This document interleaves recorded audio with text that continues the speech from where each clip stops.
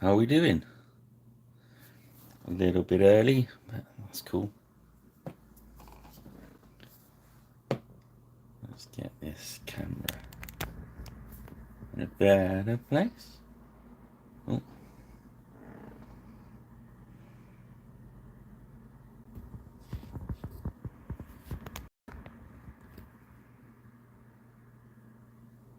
There we go. So we're kind of in the middle. Yes. Evening, Nick.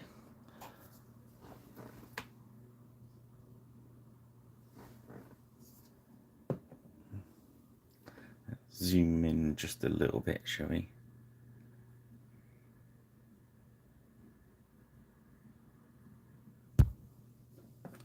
That's about right. Yes. We'll go with that, shall we, Nick?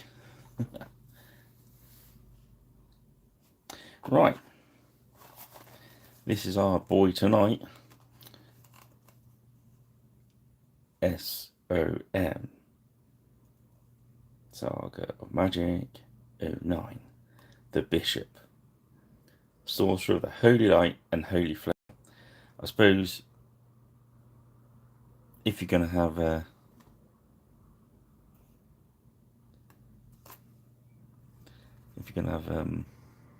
title. What? How are we doing? Oh, you should, mate. I was just thinking, if you're going to have a title, that's not a bad title, is it? Sorcerer of the Holy Light and Holy Flame. It's from the Saga Age of Magic. How's your week been, guys?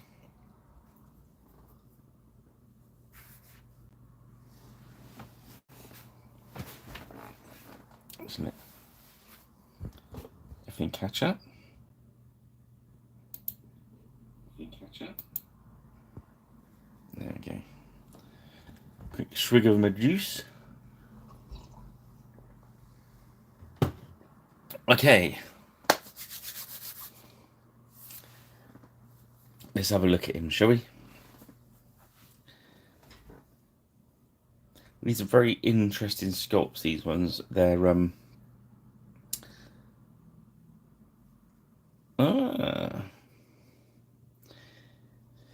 they're for the Saga Age of Magic, but clearly you could use them in this is just an idea. They remind me a lot of like Mordheim, strict Necromunda miniatures, because there's a whole range of these ones, and I think they're very cool sculpts. Especially the I think it's a Grandmaster miniature, the Warlord miniature. So this is the Magic user version in the rules. But anyhow, that's enough chat. Let's get some paint on him. Now, usually when I've painted this one in the past, I've usually done like a black leathery kind of look to him, you know what I mean? That sort of very dark look. Let's start off with the Moonstone skin. But tonight, I fancied something different. I was looking at him and he gave out the "no one expects the Spanish Inquisition" type vibes. So I thought, what about doing him all in red, apart from obviously the armory bits? So we can have a bit of a play. How does that sound?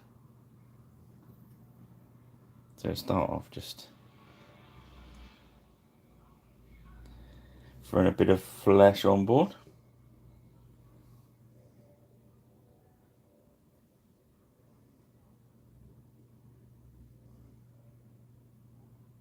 The dog is downstairs at the moment, which is why it's nice and peaceful.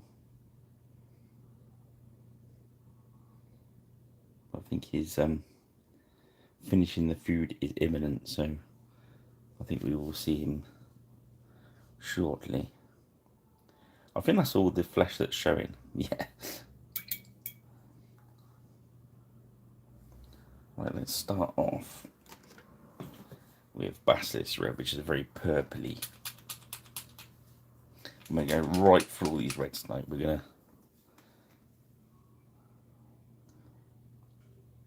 Because they've done us 2 triads of reds. There's this purplish line of reds. And then we've got the orange-based reds. Which is cool. So what I might do is do the main bulk of it in this darker red, and then the shoulder piece in the orangey red.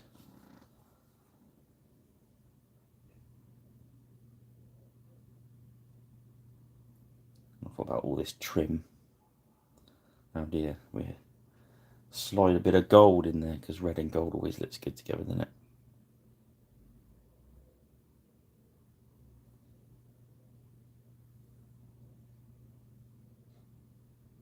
So again, we're just filling it out with the medium.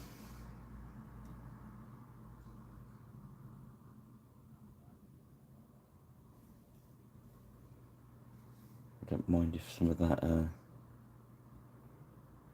Zenithal undercoat shows through.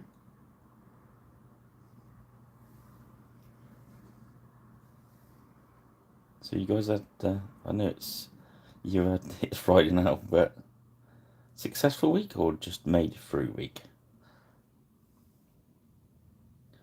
Which in fairness is not bad.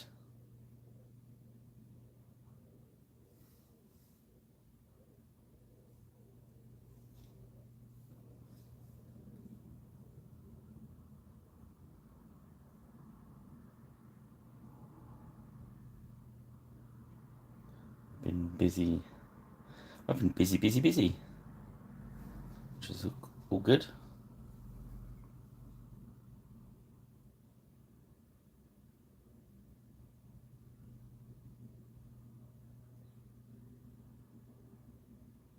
All good indeed.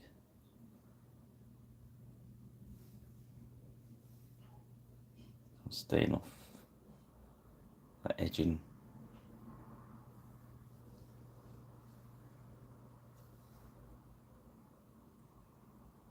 This Fanatic paint does thin really well. It's one of the things I did worry about when I considered swapping, how well it. So I like the where I could get the old one very thin, and I wasn't sure if I could do it with this, but I'm kind of getting used to it all now.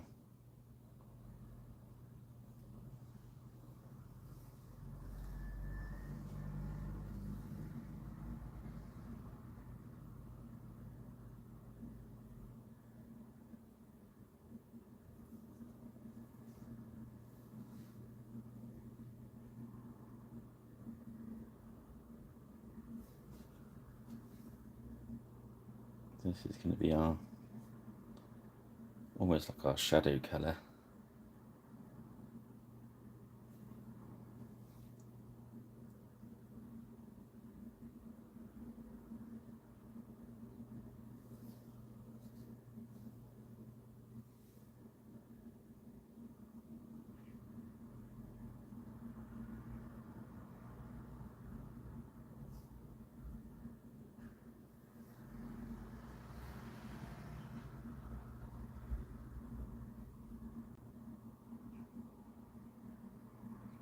So yeah,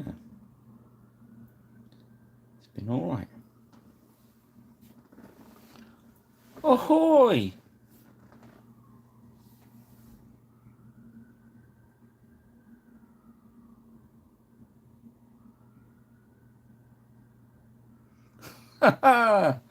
Ahoy! I'm Karen. The old crew's back together. How are we all doing? Better reintroduce what we're doing tonight, haven't we? Let's get the label back on camera, shall we? Because it's a long one. It's the Bishop, Sorcerer of the Holy Light and Holy Flame. It's code SOM09. It's from the Saga Age of Magic range. Ah, bonjour, Jean-Luc. Yeah, and as I explained earlier, the times I've painted this, a few times, um, I've painted it in like black robes and grey robes and brown leather and all that sort of stuff. I made it very dark. So I thought tonight,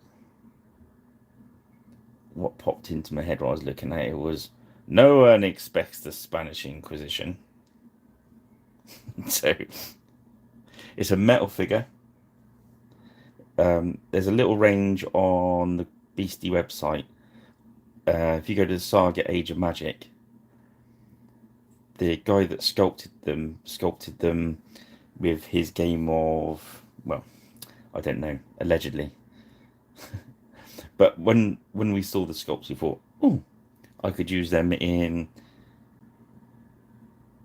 some other games, some skirmishy games, like more the Jaime Necromundry feel to them. You mean the baby eating Bishop of Bath and Wells?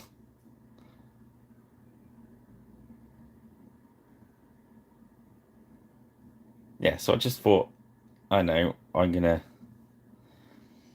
use the fact that Army Painter made us these two lovely different reds. We got the purpley base red and the orange base red, so we're gonna have some fun.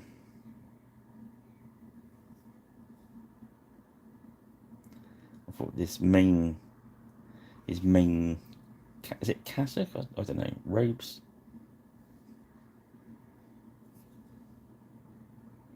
I'll do this main red colour, and is like,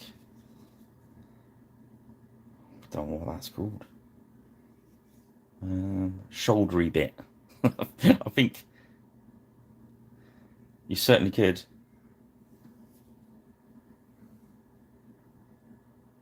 It's just one of those miniatures you could use it for pretty much anything. But as I said, I thought a touch of the Monty Pythons about it with the big goggles.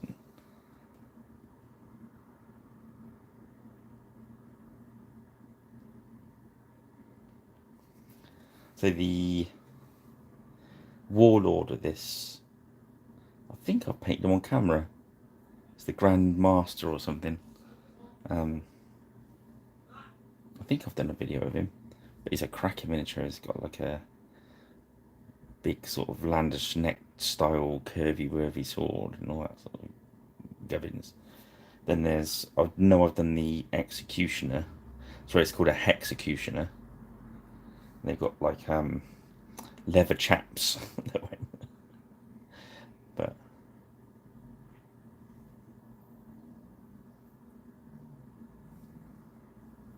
this is going to be our main red base colour. So we're just going to make sure all the areas in that are covered.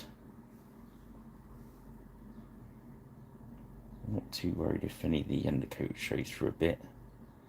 We've done a zenithal highlight through the airbrush. So zenithal undercoat through the airbrush of Vallejo.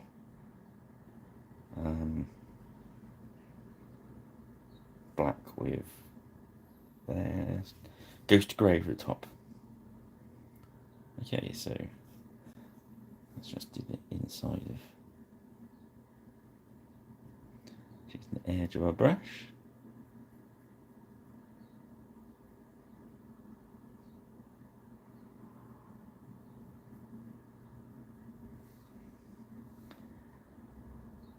I think we do the trail is Toulouse, the same colour. Oh my god, it sounds like we're going to get invaded by the dog. Maybe not. Maybe it's the ship's concubine coming with my can of Monster. Although we rename her the ship's porcupine, I think. The ship's hedgehog. Greetings, ship hedgehog. say hello to the Pirate Rich Paints crew. Hello, Pirate Rich Paints crew. And Jean-Luc's on there as well. Oh. I don't know why he's put himself in this cage. Oh, okay. So the dog has decided to sleep down. Oh.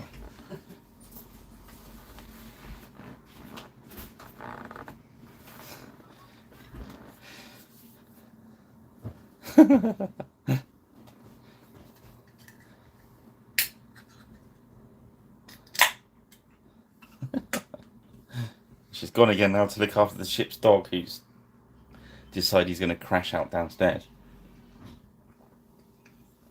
Which does mean we're in for a more relaxed evening without me having to keep telling the dog off for eating stuff.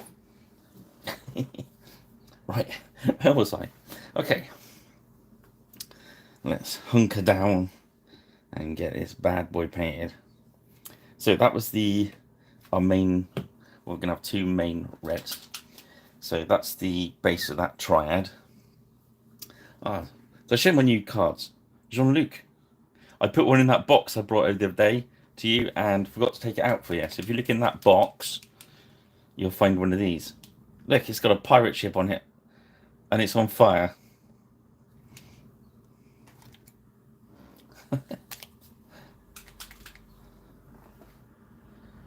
So this one is the other red, so we'll put that one there on the palette and we'll work with both. Resplendent red. These are more of an orangey red. I was tempted to do it all just one, but let's give it this. So I'm going to do some nice orangey red boots.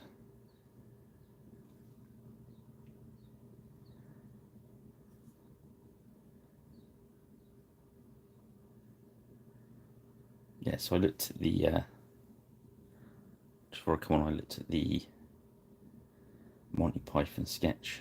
No one expects the Spanish Inquisition. So I'm more inspired by that at the moment.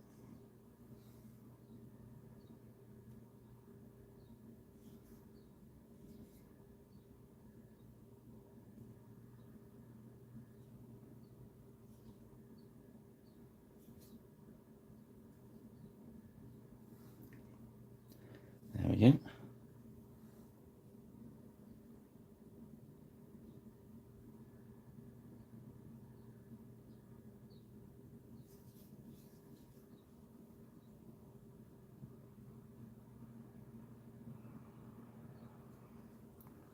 Bonjour.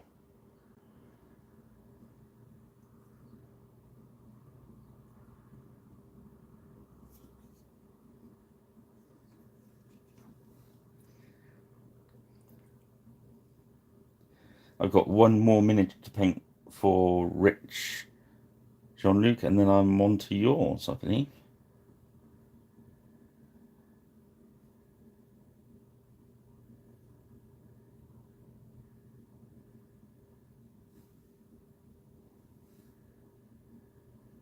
Yes, this other triad of red's very orangey based.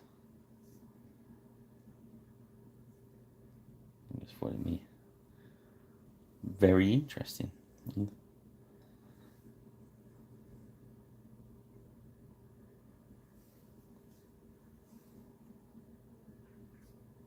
if we don't like it at the end, we can just dunk it in some stripper and go again.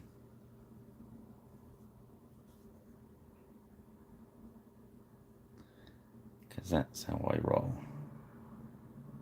That's how pirates roll. Evening. Evening, everyone.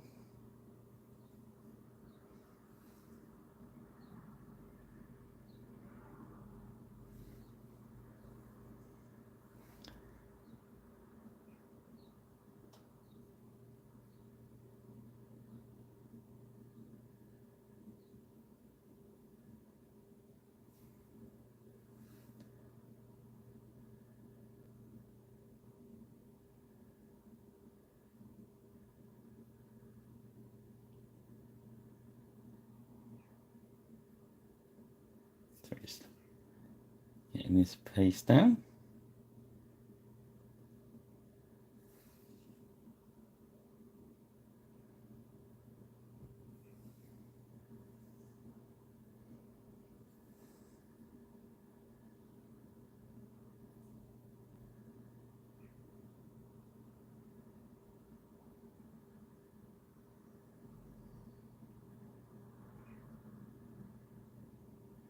I thought this will break the miniature up a little bit for us. Plus the other way, I mean, in fairness, if I'd have done in black and brown, we would have finished him by now.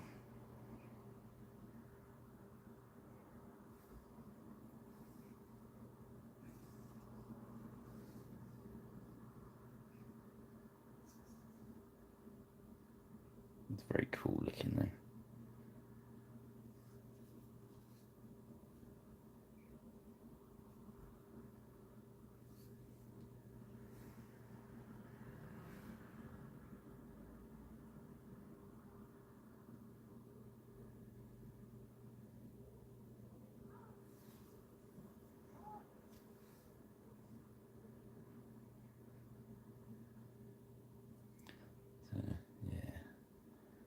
Next he's wearing a bit around his face there, so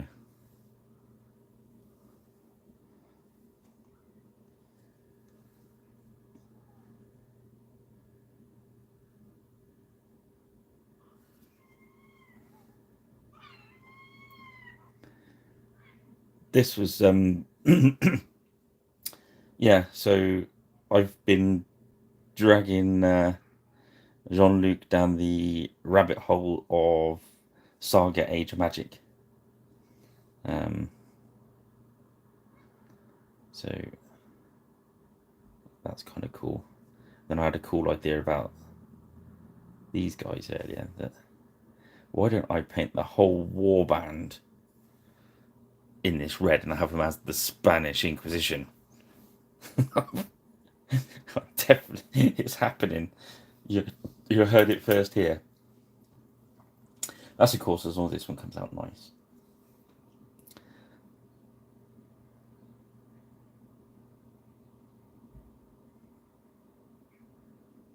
I just thought on the table it would look hilarious.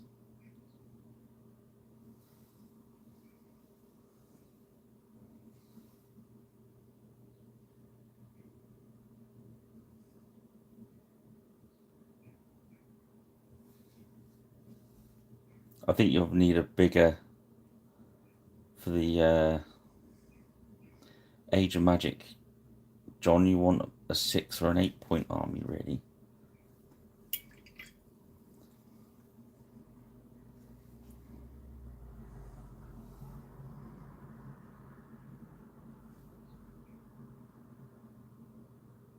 It just seems to work better with the scenarios work better with a bigger army.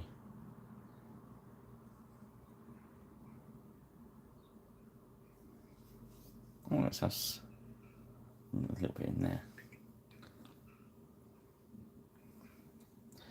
Well, that's the good thing about Age of Magic.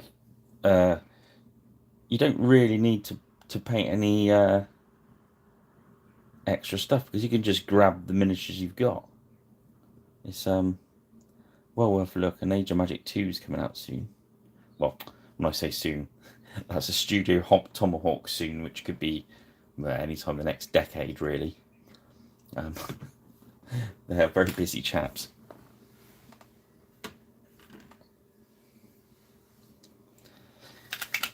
Okay, so we're going to grab Crusader skin. Just get that on his face, because that's the only bit of flesh that's available. Use one of the crappier brushes.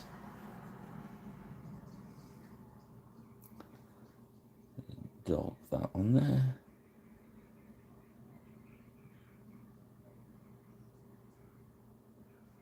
There we go.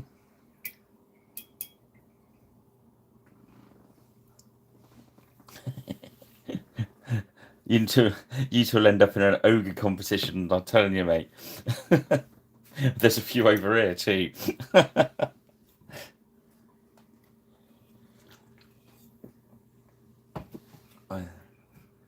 There's 3 ogre warlords on the shelf up there. But hey. Okay, let's think his armour. We're going to go for gold linings around. So his armour on his legs, I think we should do. Perhaps do that gold as well. I'm thinking about doing it in gunmetal though.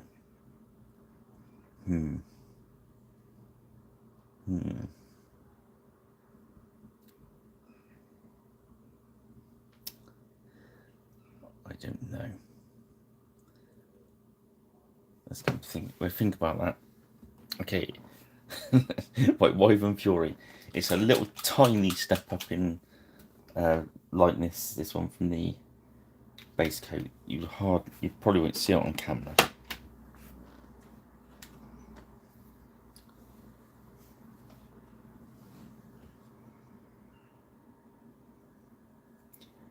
So now we're going to start. We're going to go over our base layer, and we're only going to leave the complete recesses.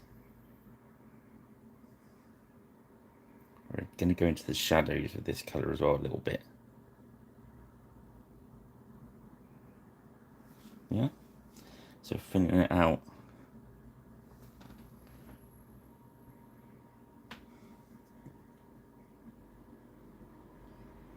I just did some ogre chariots for somebody. So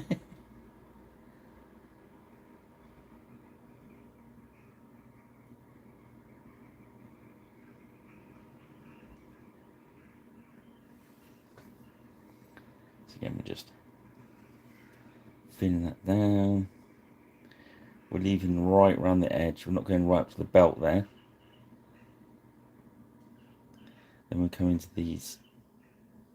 We're going to leave the deepest recesses.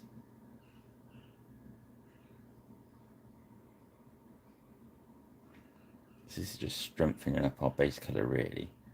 We're starting to work on our highlights.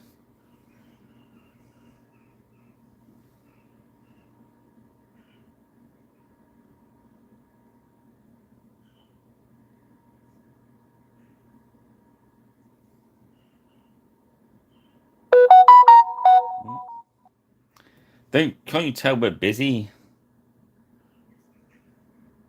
Be my mate Dylan, who will always message at the weirdest of times.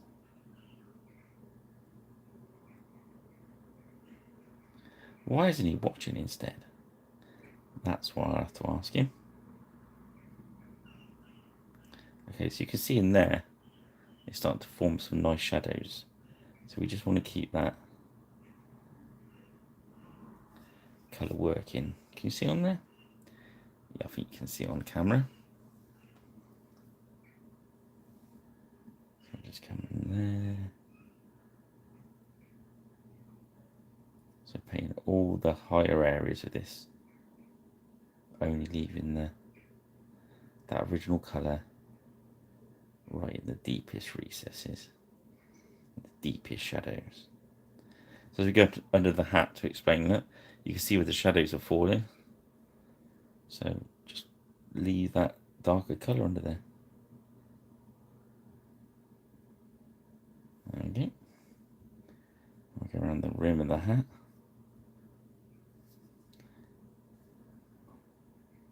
And I'm just going to touch in the edge.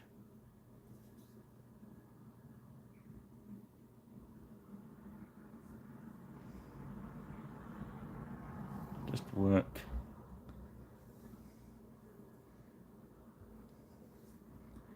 around. The only crease on the hat is right up against the middle bit. I think that's a technical term for it. So we move around and then around the top there. We just want to leave a thin line of that original base coat.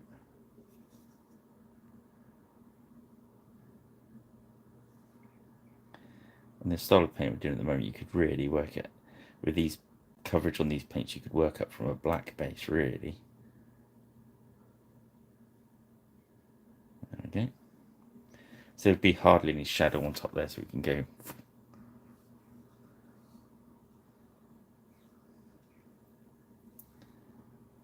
Uh-oh. You've started him on ogres.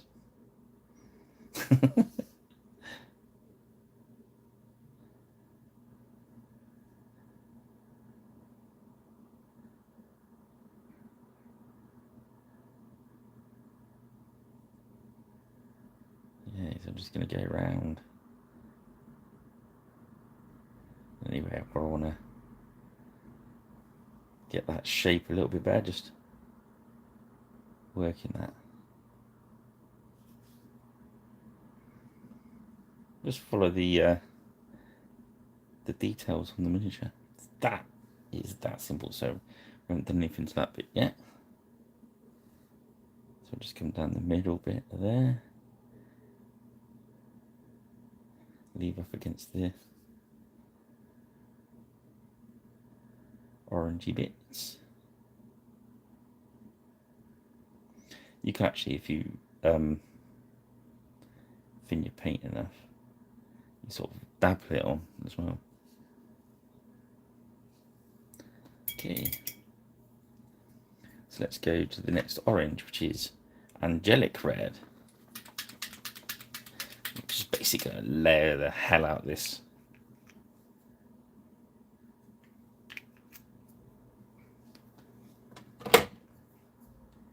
Again, straight in the medium. So his boot's going to be highlight around the top there. Around the back, not so much. Before we do that, I just want to drop some of this other red into that area there. Let me know we've done it. And along that edge, we're not going to go underneath. I'm going to leave back there alone. There we go.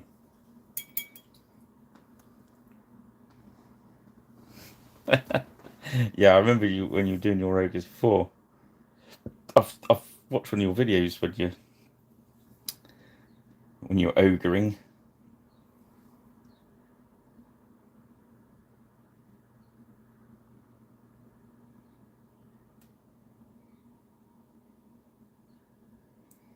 I went to one show and somebody had done their ogre army as all as Shreks and painted them all green and made little ears on them. Lots of people didn't like them, and I thought they were hilarious. Some people have critical comedy failures when they see something, don't they? Oh my god!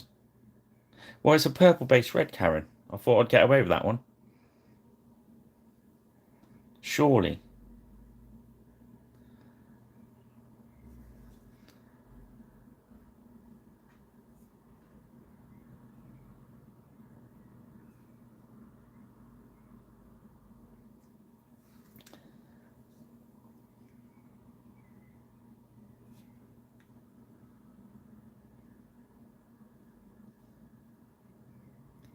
So now we're going to come back over and do the same thing with this orangey red. I'm just going to hit the high areas, leave that original one in the deepest recess.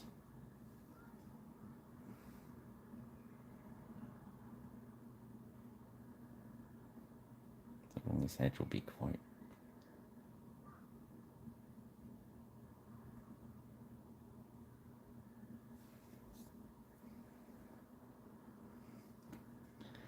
I'll see if I can work some pure purple into it just for you, Karen. I'm sure I can.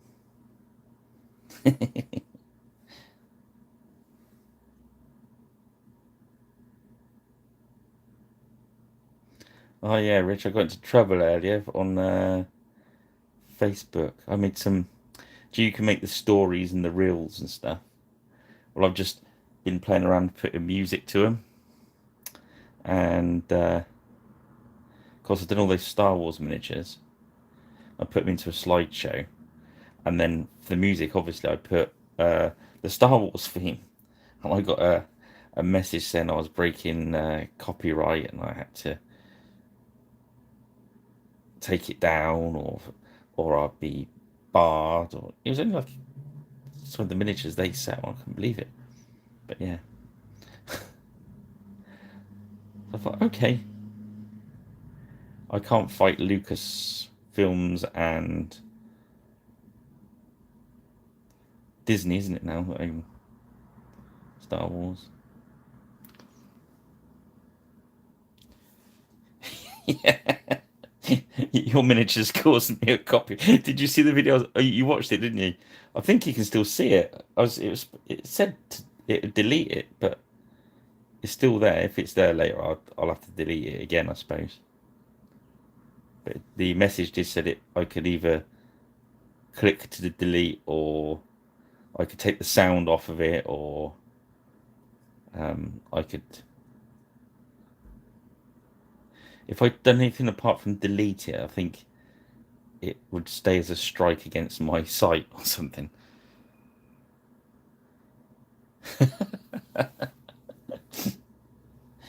Yeah, I just thought it was a bit.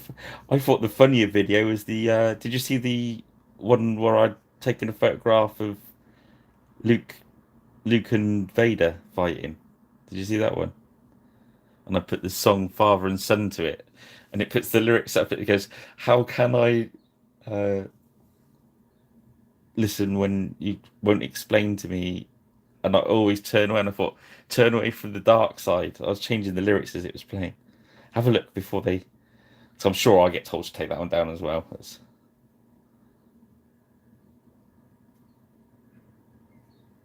I was just having a bit of fun, you know what I mean?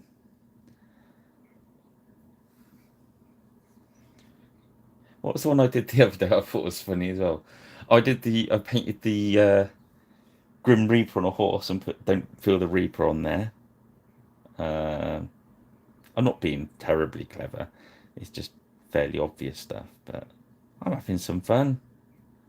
I'll probably get copyright struck and end up in prison having water dripped on my head or something.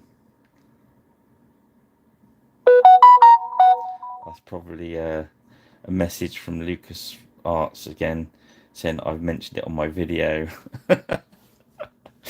Oh, and there's some police outside my house now. Oh my god. It's all going wrong at Pirate Rich Paints now. You were here when it happened.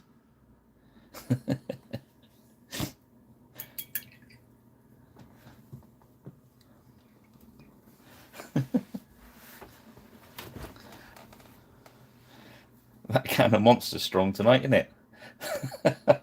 Other cans of energy drink are available. I think if I put this in shot long enough that Monster would sponsor my painting channel. Okay.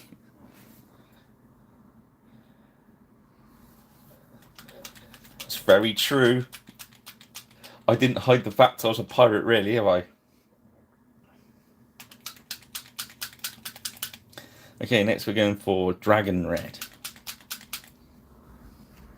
How did they know dragon, the red that dragons are? Okay.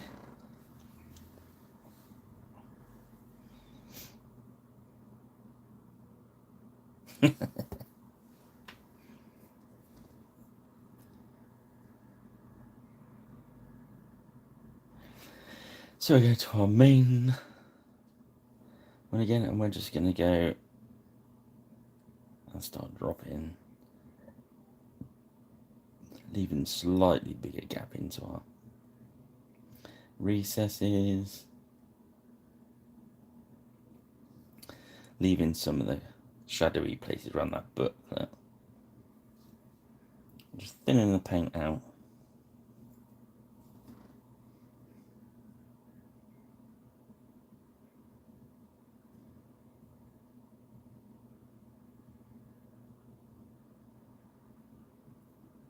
Just running down those high areas. So I'm doing strokes like that because it start building up a little bit of texture.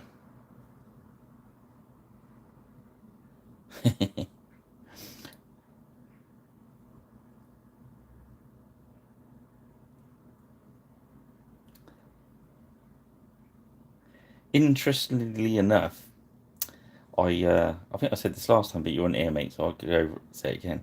Is I was looking on Google and I searched my family coat of arms, and I was very surprised when I put my surname into the Google search and it came back as a black flag with two crossed bones on it.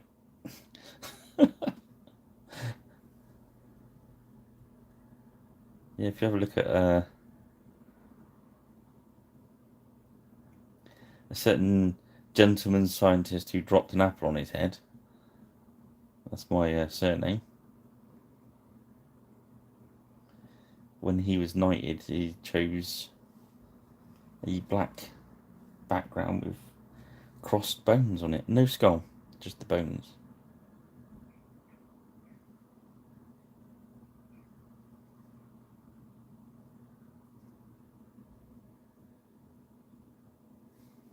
Which I think is awesome. And I'm gonna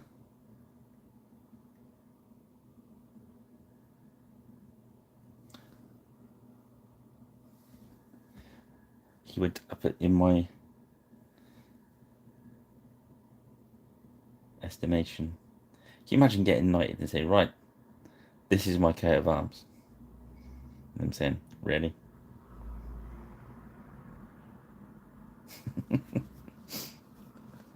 Really? Yeah. So yeah, we're filling that red down, hitting the highlights, and now it's starting to look red rather than purple. Sorry, Karen. Don't fret. We will bring some purpleness back into. I've got a plan.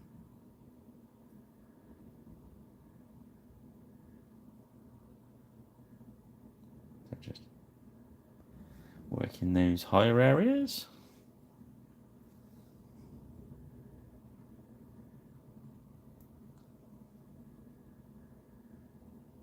Because of that nice dark base colour, our shadows are going to look funky. Get around the rim of the hat.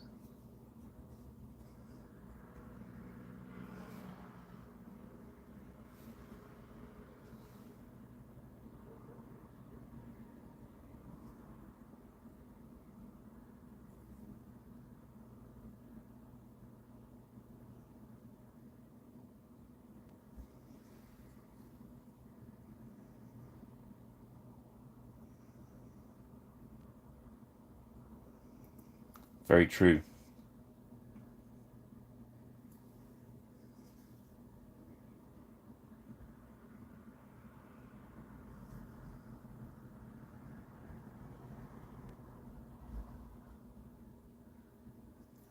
Just get around.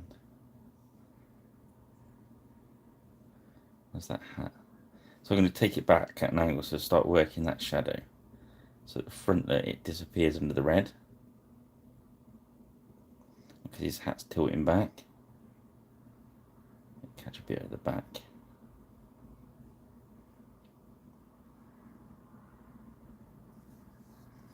But round there, not so much.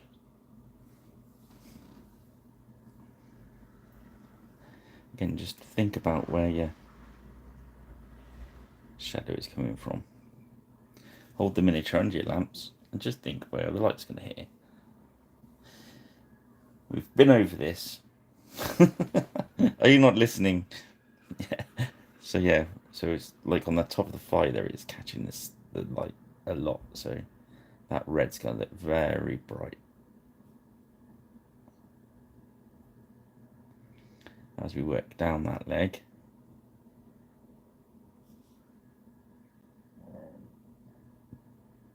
We'll leave some shadows building.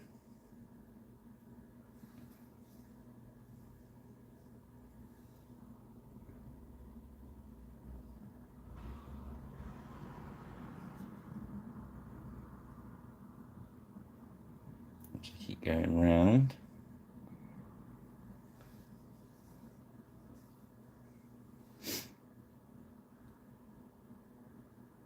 Use those little strokes on this one just to lightly put the colour where I want it to go.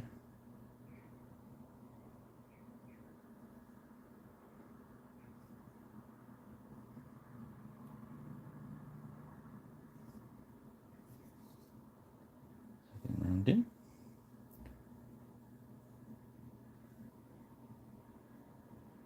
So we'll go back round again.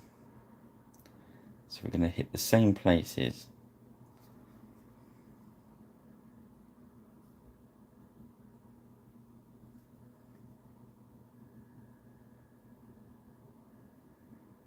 But we're going to come in, we'll call it tighter. So looking for the areas we've already put red on and just staying inside those and start shaping the area.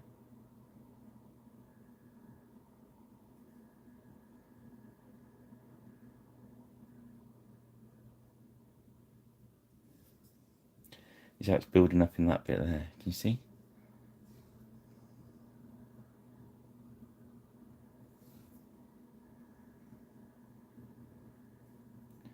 Just concentrating on that, those high areas. Keep your paint nice and thin.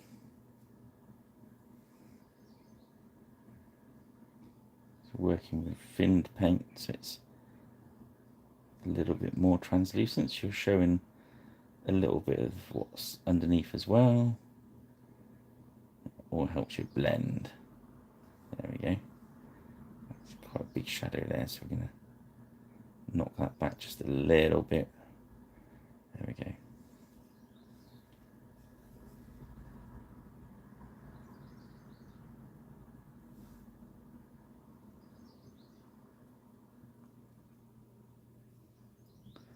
Yes, true, you can do it that way. But what I was going to do with this one is I'm going to take it really extremely bright and then I'm going to knock it all back with shade. So rather than using the shade to build a shadow, I'm going to build it in and I'm going to use the tone to make it blend. So slightly different use of it today. But I'm a little bit off of that as well.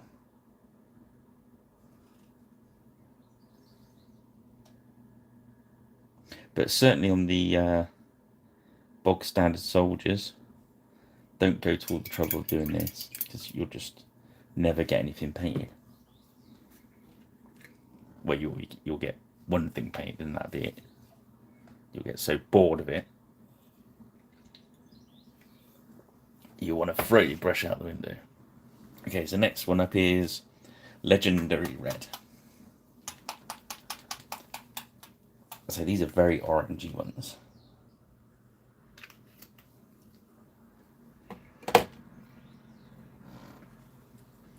So it kind of worked slightly opposite on these. These will almost need that shade to take the shadows in. So you can see at the top of his boot there. Oh, got the wrong one.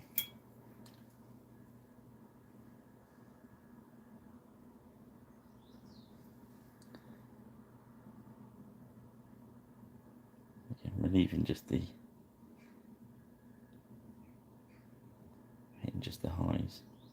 I think sometimes when you're layering a brighter colour, it's almost harder to build that because there's not so many steps in it, if you know what I mean.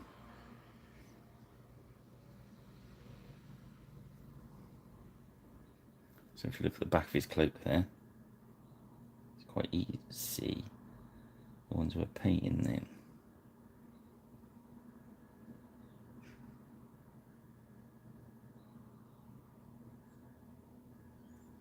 We'll try and get that angle because our light's coming down like this. So his top edges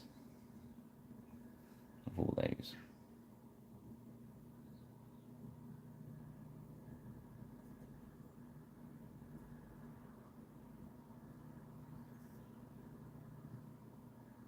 But not underneath because of the rim of his hat.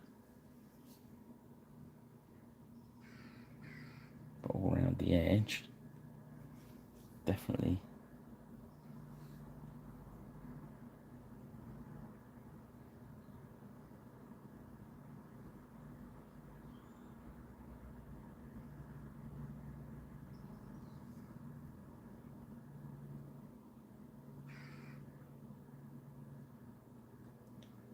Top of his glove. Yeah, it's very bright. I bet you didn't expect to see this bright miniature on this channel. But hey, I should be having some more time soon, so hopefully we can jump up to a couple of videos a week. Sort of one live and maybe even a couple live. And also a thing. I should hopefully have time to do it. Hashtag those that know. Okay. So next we're gonna go. Next one up from Dragon Red is Blood Chalice. This one is very. What's the best description of it? It's more sort of salmony. So we're going into like a pinky, fleshy red. But we're just gonna again water it down with the medium. And I'm looking at the highlights, so just around the edge of his hat. I don't want to go completely circular. I'm not painting a ridge on it, I'm painting a highlight. So a few of these little gaps. I'm going to go around the front of the top, which has probably got a very technical hatty name. And we're going to go, the light will catch on the back a little bit. So we're going to load up very loose, just touch a little bit in the back there. A little bit on the back there.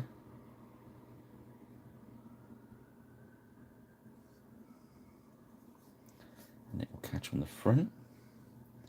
So we're just going to lay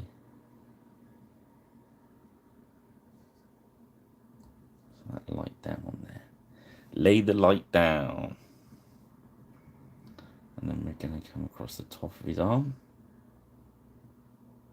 Just the high areas, we're leaving the recessed areas. As you can see, I'm sort of just touching the brush down gently.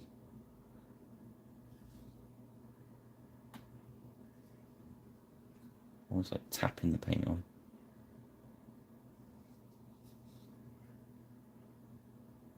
So just around the bottom of his shirt there. Top of the arm. Leaving the under bit. And we're going to come just a little bit. I'm giving it that sort of diagonal thing, so the light, imagine the light coming across there. It looked very similar to doing a dry brush if you thin it out enough, but you're just controlling it. So again, we don't want to run, so that's quite a strong line, that one. So we come back in, thin it down again. I mean, in fairness, it would have been alright, because as it dried, it would have dulled back again anyway. So sometimes you put it on, it looks really bright. But when you're layering like this, discretion is the better part of valor. You can always go and put another layer on.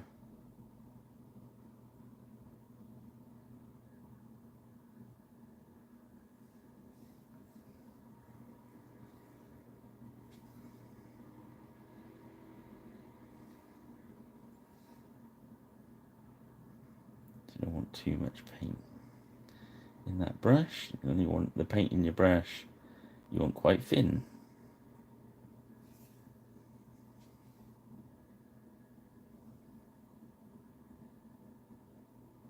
And we're working those high highlights. Another way you can do it is thin it right out and almost glaze it on. That's another time consuming technique. Yeah, this is not a quick technique we're doing tonight.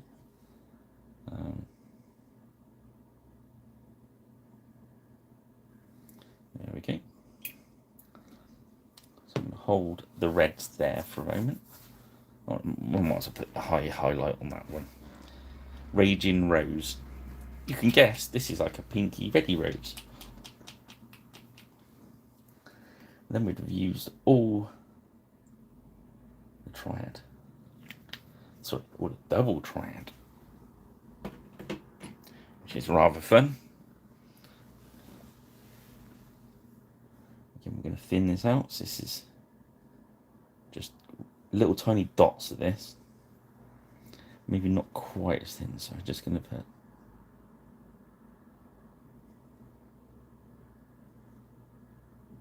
the odd little tap across the rim of the front.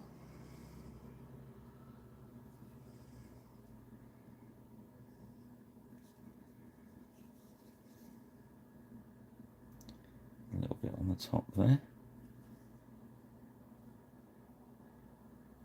Sorry, it's not on camera very well there. You see? A little bit on the front. I'm hardly putting any of this paint on whatsoever. Just being really careful with it. I'm just looking for those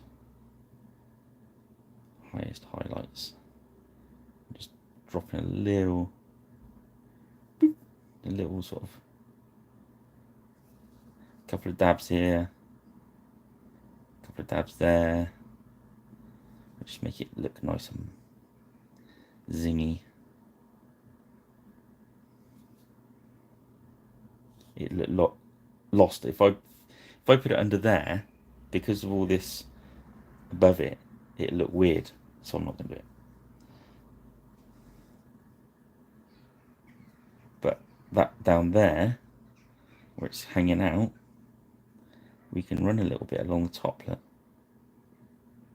Again, this is a little bit like when you dry brush in a very bright colour over. But obviously we've got just a little bit more control. Don't go mad at this stage because you will ruin everything. You'll just change the colour. There, we're going a bit on the knee there, so it looks a little bit more. You'll see that better when it dries and goes in the light box. Okay, so that's that red is kind of finished at the moment. We will do some more in a bit with some tone, just for you. If you look under Saga Age of Magic, or if you type in SOM09, that'll take you straight to that miniature, and then you'll find the rest of them. Yeah, if you look at Age of Magic, I think, is it the Brotherhood or something like that? But it's definitely Saga Age of Magic. He's a good miniature. I like him a lot. And the ones that got the Warlord that goes with him, I think he's called the Grand Master. And he's got a wickedly curved sword and those sort of Landersknecht trousers, you know, the big bellowy ones. I'm sure we've done a video on him.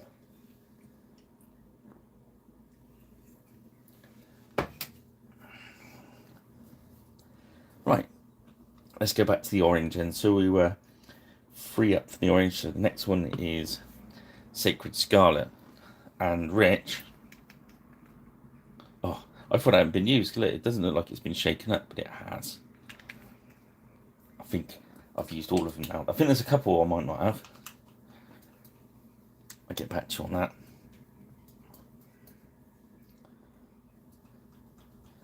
Well, it seems like Disney and Lucas LucasArts films have calmed down a bit. I've not been arrested. Oh, and also there's a big white Range Rover just come around the corner. It'd be a black one if I was in trouble, wouldn't it?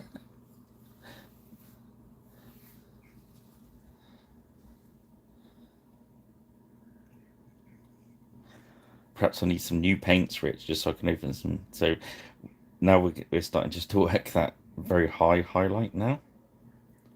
High highlight.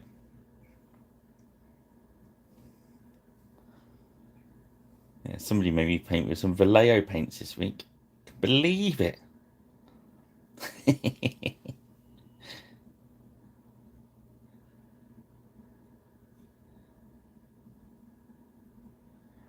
I did notice actually, after not touching any for a while, they are very good paints. Um, but you can get a similar consistency with these. These are, I would say, a little bit more versatile, but they're a newer, oh, pardon me, they're a newer product. Um,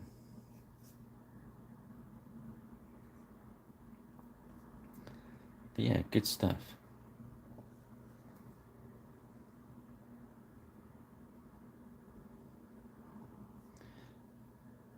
I'm just going to go and drop the edges in this bright orange. Well, it's more of a orange with, it's got to put more white in it, I think. I'm just going to lay this along the highest edges.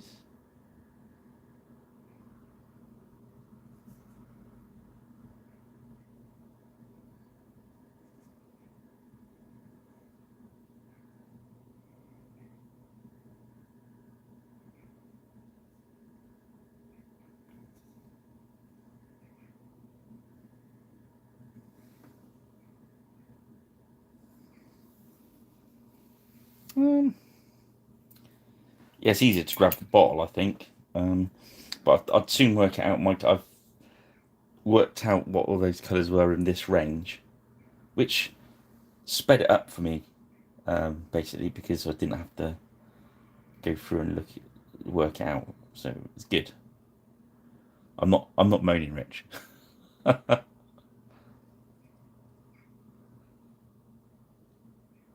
This one's a traditional uh, camouflage from the Spanish Inquisition. No one expects that. Oh, I'm not gonna go down that road. Okay, let's start with some gold, shall we? So we're gonna go greedy gold.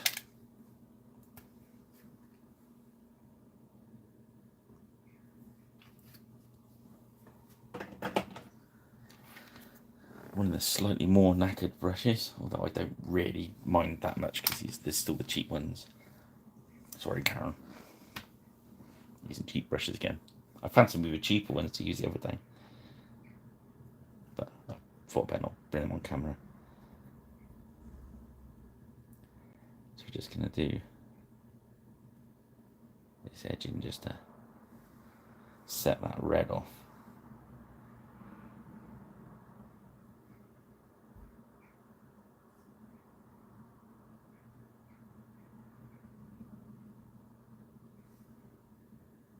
What's the cross on the book's going to be in gold? Yes. It's going to look magnificent.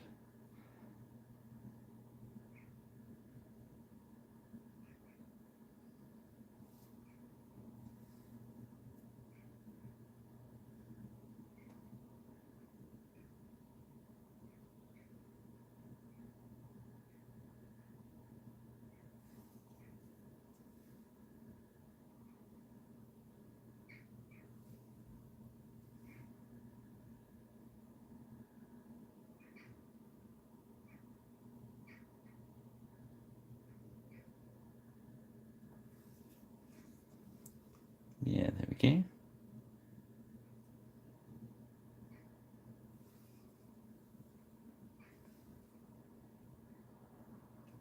before I do the edging, then we can see how we feel about that armour.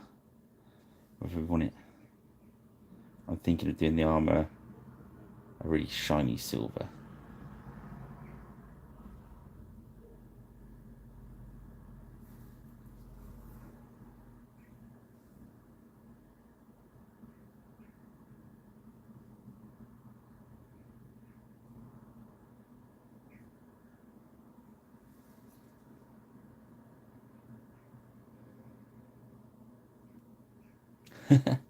Have you seen the yeah, the trebuchet actually works when you put it together, the big resin one on Griffin Beast. And if you look through my videos, I think I've done a how to put it together one. Because I did have the instructions you get are alright, but then they don't. I struggled with translating them, if you know what I mean. But once you know what they mean, it works. Does that make sense?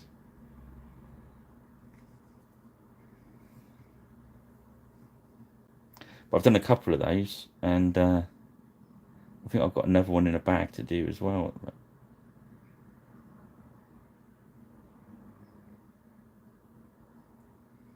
Because who doesn't need 3 trebuchets? I think they do like the battering ram as well.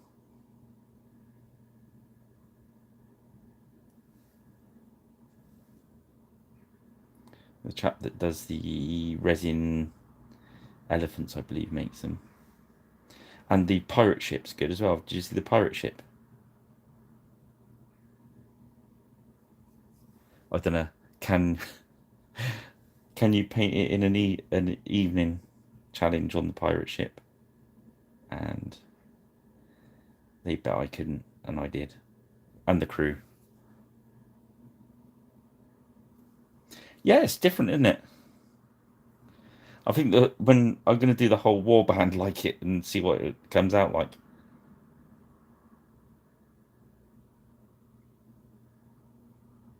I think that'd be funny. I think I'm going to do the leg armour in silver. Really sets this gold off nice.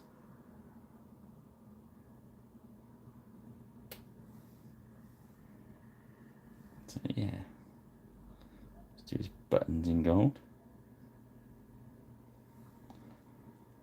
So obviously,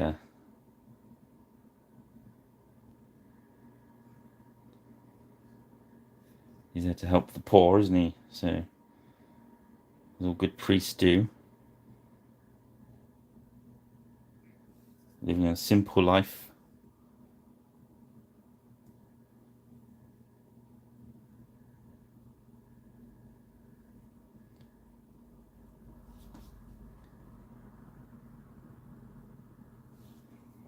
Sometimes stuff pops in your head, doesn't it? And you've got to think, I'm going to have a go at that.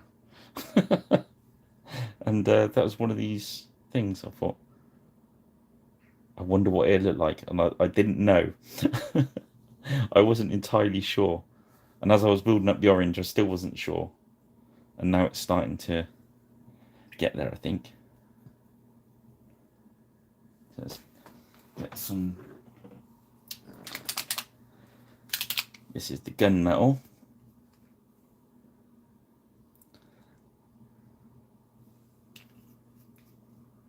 Again, their speed paint metallics are good as well. Very similar paint, in fairness, but they do work. They do a metallic set, which has got the red and the black and stuff in it.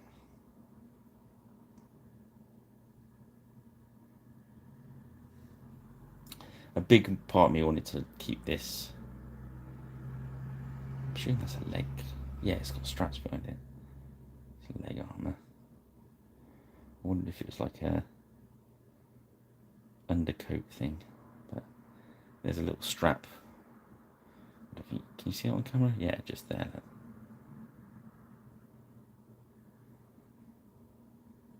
I think it just sort of show that he's armoured up. All I'm going to do is glasses in silver, make it look a bit steampunky.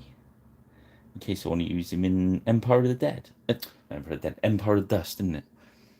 No, Empire of the Dead. The game from West End Games, which I like. Which I might make a gang of these for, because that's Victorian, cyberpunky, sorry, steampunky kind of thing.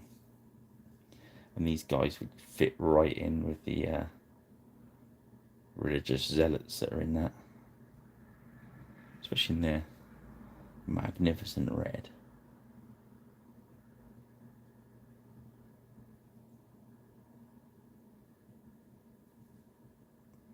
Just paint the flange on his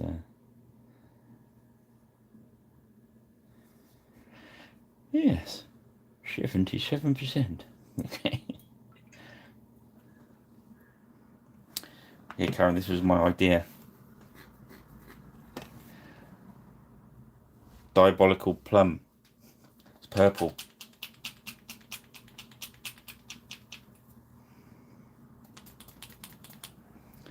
Diabolic plum. Or I can go deep purple. I'm sure that's a not a bad name for a band, is it?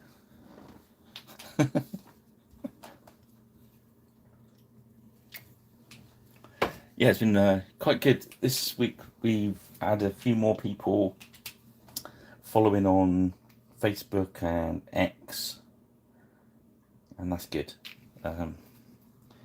because it all feeds back into this, which is good. And on Facebook I've got to try and get a few more people for all to start working properly or something. I don't know.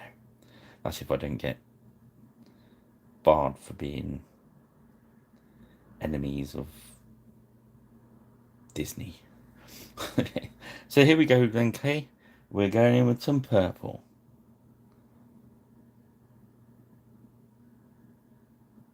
To break those reds up. Well, to be honest, I thought it'd blend them together, because you've got an orangey red and a purple base red. So I thought, I know, in the middle of the miniature, that strap in, instead of doing it as leather, we drop some purple on it.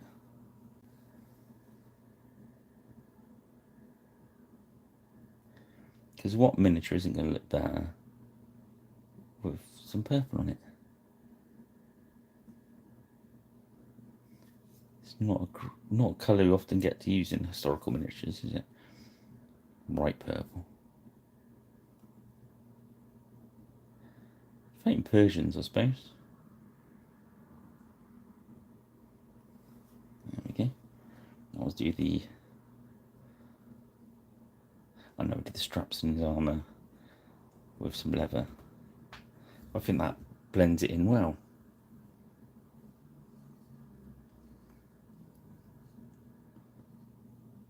Yeah, they're great, aren't they? I painted some... Have they got the picture that I painted on there? With, I think I gave them red caps. They are brilliant though.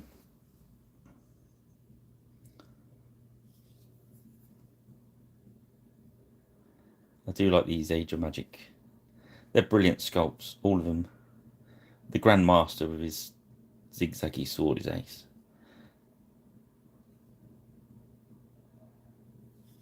I'm just going back, strengthening that layer of purple. There we go. Can you imagine them all in red? I'll get them to get some, and we'll have a laugh. Okay, so I'm going for carnelian skin, which is my go-to red leathery colour. Not much on here. I'm going to do those straps behind his leg, just holding that armour on.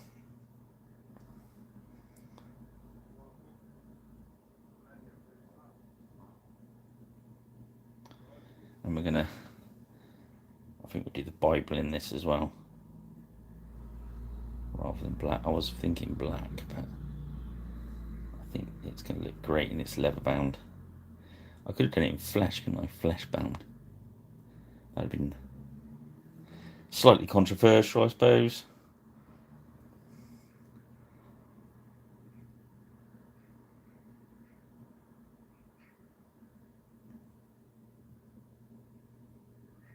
I don't want to. I don't think it would look very good anyway.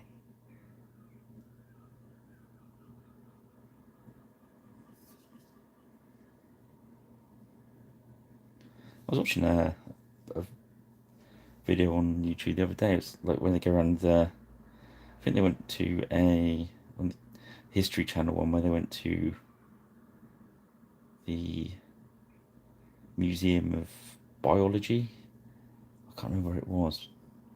Somewhere in Europe. And they had a couple of books that had been bound with human skin, and there's amazing stuff in there. With like put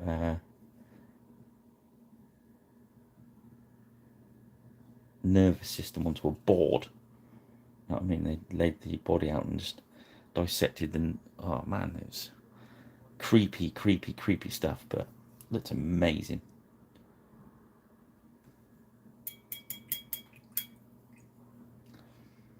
Now usually I like doing that hand gripping that mouldy wine. That's kind of purple, Karen. Let's go for that. I am tempted to put the brown in there though. What no, we do. I know what we do. We have mouldy wine, which is kind of a deep reddy purple.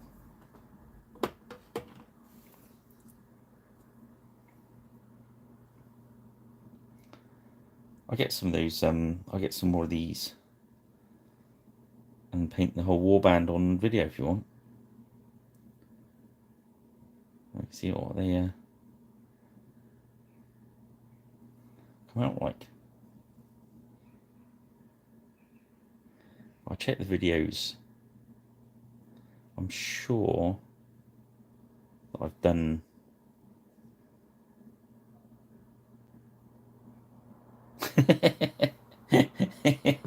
good one, KK.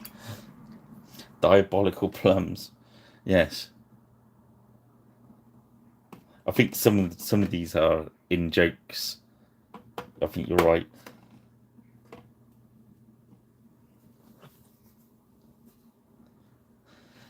Okay. Where are we going now? Right, let's make that a wood colour. So we want a bootstrap brown. Be good. That's sort of like a middle. It's actually camo brown in Vallejo.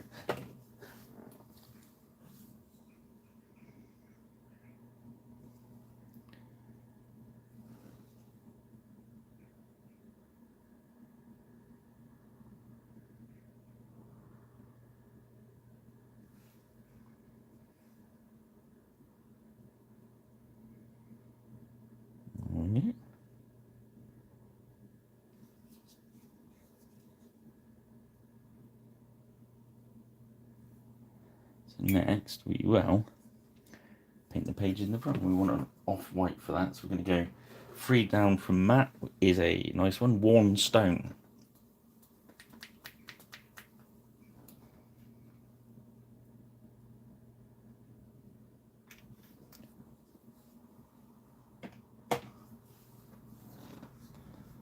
Just a bit of medium in there.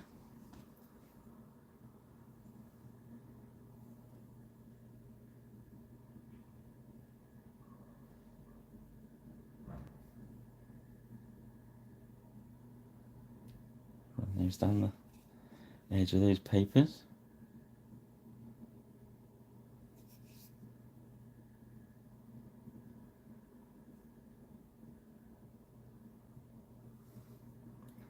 There we go.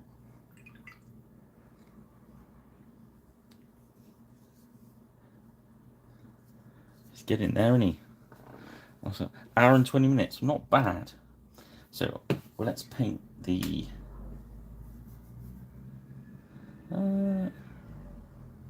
Let's put some washes on first. So, first wash we're going to put on is dark tone, which is your known oil. Be careful though, because it's very strong. But we want it to be very strong today. We need your strength, oh dark one. So we're gonna put plenty on there. Obviously not so it pulls up, but we don't mind it sending this. So we're gonna come back in with a brighter silver. So we're just making a nice dark base for it to work from.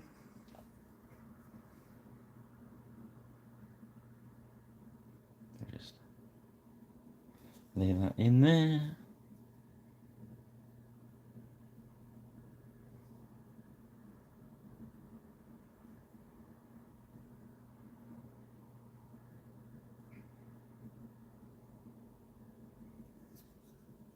Okay. A bit on his specs.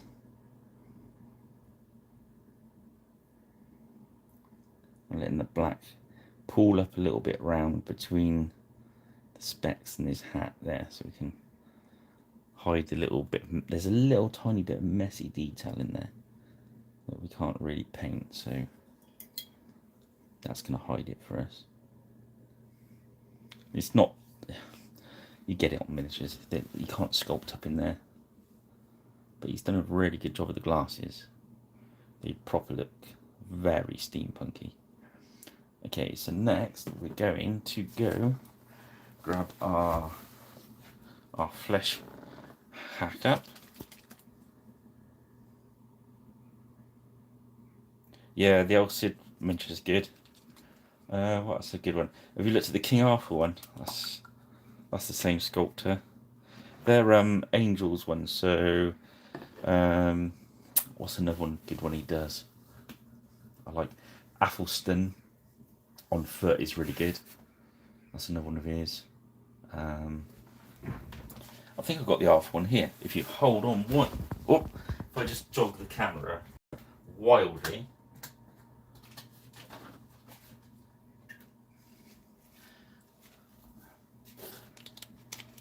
I thought he was in here, he's not. The Athelstan one is though. Let's grab him. Sorry about the joggle camera there, guys.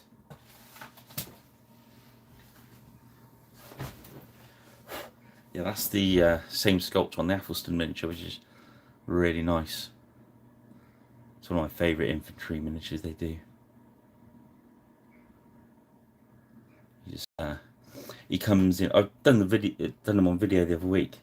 He comes in, the head and the cloak glues on, the hand glues on, and there's a little bit of a base that glues on, but I've buried it under there. But yeah, he's pretty cool. I believe so. Yeah, he's done quite. He sculpts. He's a really good artist. He does a lot of illustration work, I believe. And he sculpts usually at a bigger scale. And he does occasionally enjoys doing a smaller one, which is what he does for him. But he's done the King Arthur one, El Cid. I should do a whole list of them because they're really nice. I think sometimes they kind of don't quite fit in with some of the whole war band it's supposed to be, but they're such nice miniatures. Macbeth is another one of his, I think.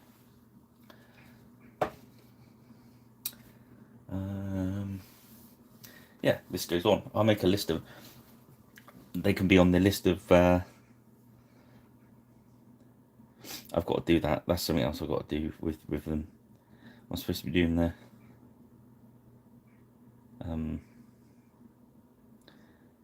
Buried treasure. But that's what I mean. That's my mission.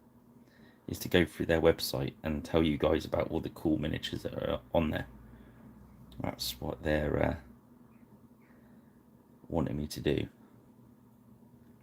So I'll give them a chat and get it going, because they've basically said if I pick the miniatures, then they will see what they can do for a special price for the one that I'm doing that month. So we'll do one a month. So if anyone's doing an order on that and they've watched the channel, we can get one of the listed ones, which I think would be really cool. But we've got to sort out the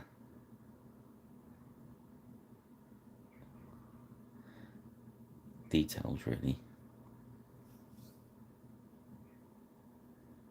So I'm just letting this run.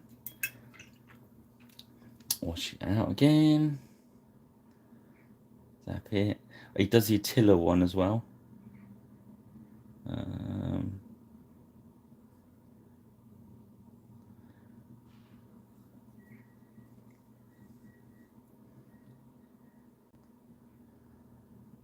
we go. So that's just it's that edge there that I try and get as much as humanly possible of this stuff onto gold, because it does make it look crazily tarnished. Then you can come back in with a nice bright gold and get some real shiny edges on it. There we go. So next, whilst that drying, we shall grab our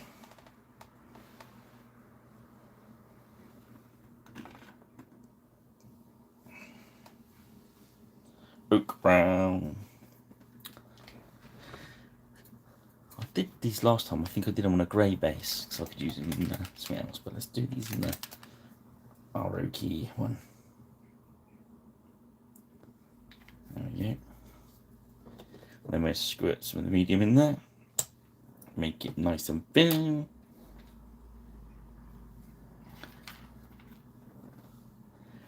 Grab the crappiest brush that comes to hand.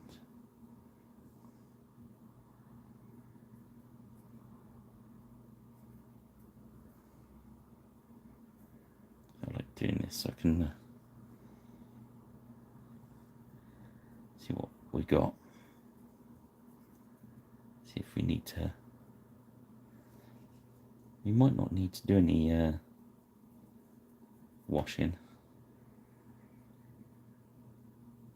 We shall see in a moment.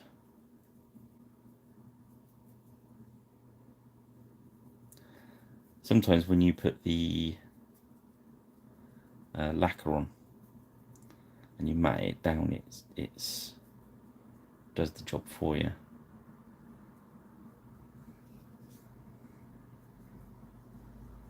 Don't ask me why, it just does. But there's probably a very technical reason why.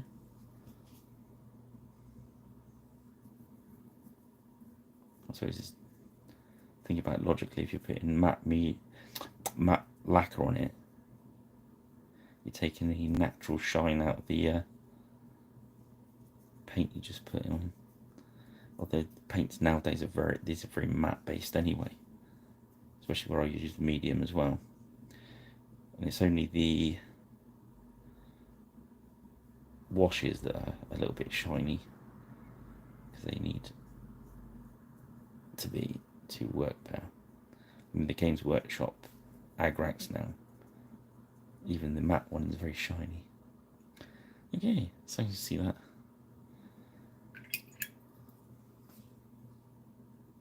I'm going to put a little bit of a light of flesh just as a highlight. We use the moonstone base, and then we put the paladin one over it, so we go up a step to agate.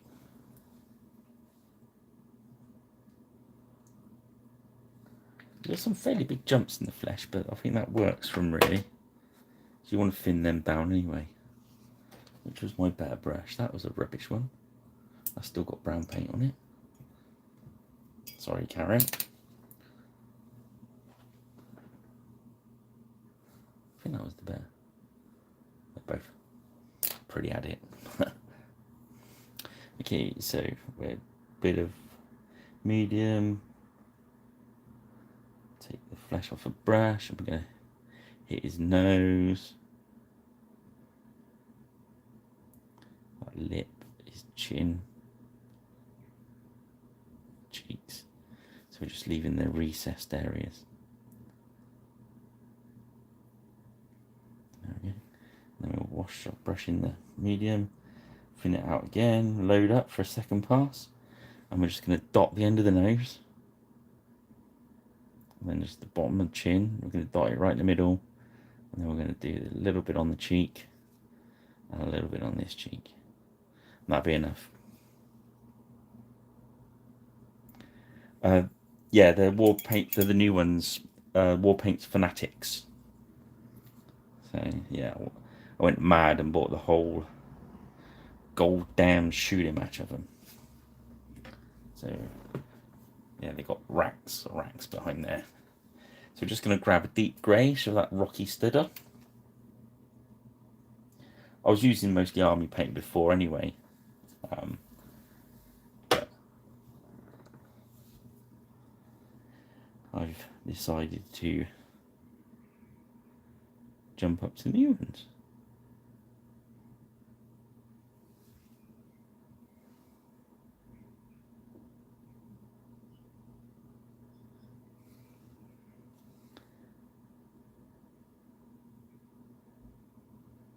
Okay. Very, very good. I like them a lot. They took some getting used to, but then the old one took some getting used to. Then let's get some of the shining silver first. Shining silver. Yeah, I try not to recommend really, because obviously you might not like them, but I like them. I think everyone is probably wise to get a couple. Their starter set looks quite good. I know it's the sort of standard colours you get from everywhere, but it's not a bad way to have a look at them. So with shining silver, we're just going to edge his armour. First we'll get edge. Let's just paint the edges.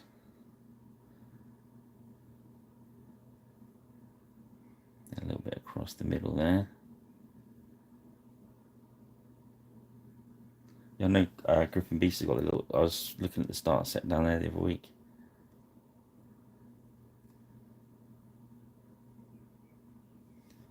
He's got a little section.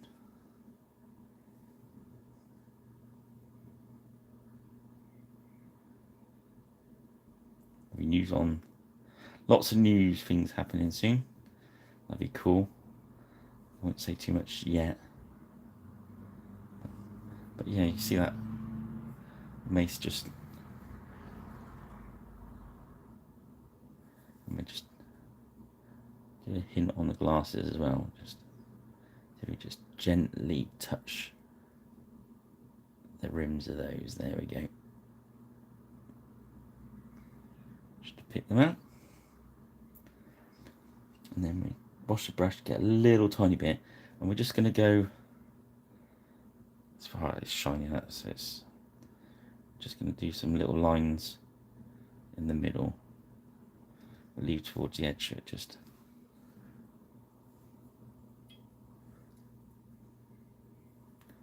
there we go. So let's have a look at that. On the purple, we're going to jump to Warlock Magenta. Reason I'm doing 2 is I'm just going to do a little edge highlight. I'm not going to layer this. It's not wide enough to layer up, so I'm just gonna jump up a couple and edge highlight it. There we go. I'm picking up the edges that I can see. Again, don't have to do the whole edge. In fact, it's better if you don't, if you kind of put little breaks in it. I'll just use this colour just to highlight a couple of areas on there.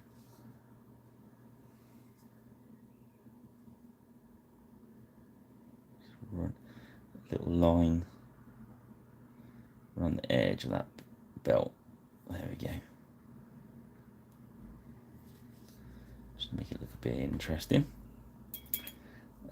Mouldy wine was the hand grip there, so we're going to go up to the next one, which is elderflower. Ooh, elderflower. Rich, are you ready?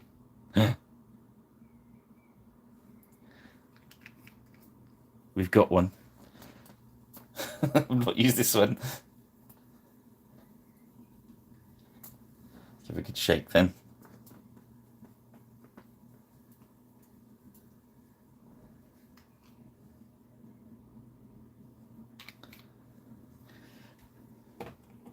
I'm not surprised I've not used that one. I know I've used those two, but I've not used the third one. Okay, so we're just gonna a little bit of medium, just to make it flow. Load up, brush up, and then we're gonna pick the highest edge of the grip there, and we're just gonna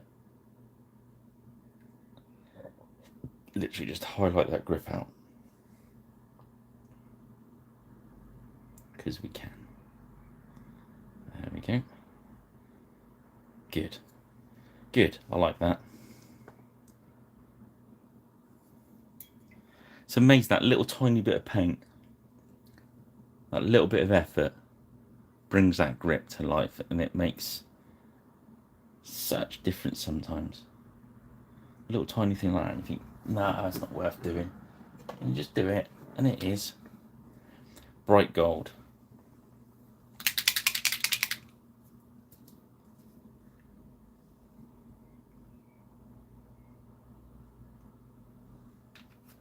Again, I do put too much paint out.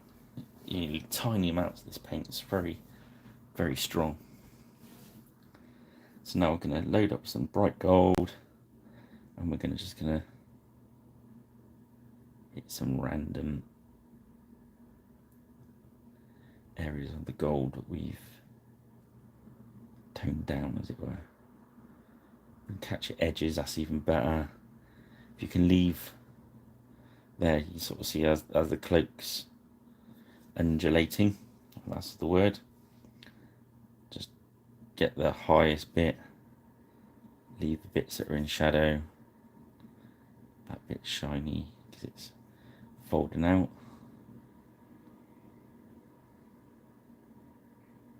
So just work around all the gold, anywhere that's sort of jutting out, put a bit more there.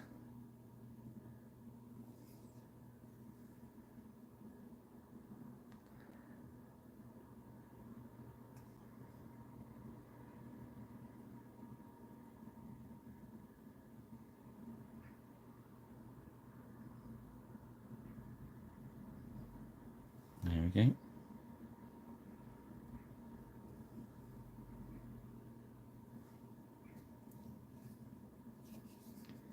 I think let's just put a little bit more gold up here. So obviously it's shinier up there. On that side of the cross, not the bottom half. I think with that he's done, really. You could go round and put some tone into there, but I think the blends will stand up as they are. Without, sometimes you need to either blend it or strengthen it, and I don't think that needs it. I think that will do it. What do you think, guys?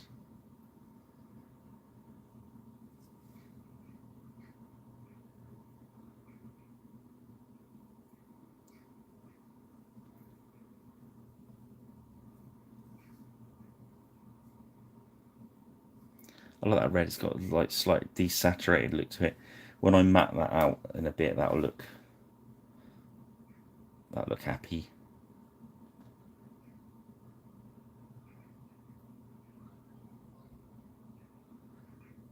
So what I'll do is I'll do what I usually do. I'll chuck a tuft or two on him. I'll stick him and I'll lacquer him, stick him in the light box. I'll put the photographs on Facebook, Twitter, sorry, Facebook, X, and Blue Sky. And then I'll probably stick him up on eBay. Because that's what I've been doing with these now. Is they're going on eBay straight away. Or actually, they're not. There's something else that's happening with them, but I can't really say too much about that at the moment. But anyway, thanks for joining. Unless there's any questions on this chap or anything else, really. Because we've been an hour and 40 minutes. That's not bad for an hour and 40 minutes, is it? We'd take that one. We'd take that as a win for our crew. We even got purple on there for Karen. I think the colours are going to come. You'll see the colours better when I take a photograph of him. I'm comparing what I'm seeing on the main screen with what I can see from my phone at the moment, and he's actually a lot. Yeah, you're not getting the full whack of him, but thank you very much. Right, I'm going to call that one done then, unless anyone's got any questions. I've got 5-10 minutes if you want. If not, I shall clear off. Oh, I've got to do my thing, otherwise my son will tell me off. Okay, if you've enjoyed tonight, drop us a subscribe, a like, hit the notification bell. As Rich said earlier, I think we're 45 off of hitting 1,000. We're going to try and do something, a giveaway or something when we do 1,000 or something. We'll work on it. I'll clash my heads together with Gripping Beast and see what we can come up with. Yeah. So I won't waffle on anymore. Thanks for joining us. And I'll see you next time. Hopefully, I'll be able to tell you the new news. Anyway, guys, thanks for joining me. And I'll speak to you all soon. Have a cracking weekend. Cheers, guys.